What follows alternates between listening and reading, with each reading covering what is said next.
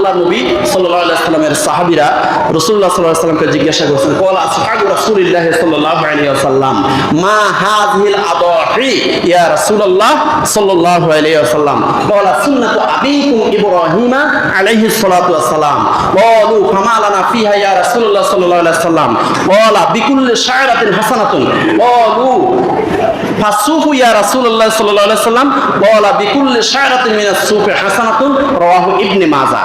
ইবনে মাজাহ শরীফের 3127 নম্বর হাদিস।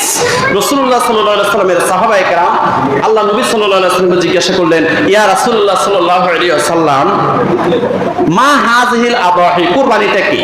তখন রাসূলুল্লাহ সাল্লাল্লাহু আলাইহি ওয়াসাল্লাম বললেন, ক্বালা সুন্নাতু আবিকুম ইব্রাহিম। রাসূলুল্লাহ সাল্লাল্লাহু আলাইহি ওয়াসাল্লাম বললেন, এটা হলো তোমাদের মুসলমান জাতির পিতা ইব্রাহিম আলাইহিস সালাতু ওয়াস সালামের সুন্নাত। সুবহানাল্লাহ বলেন।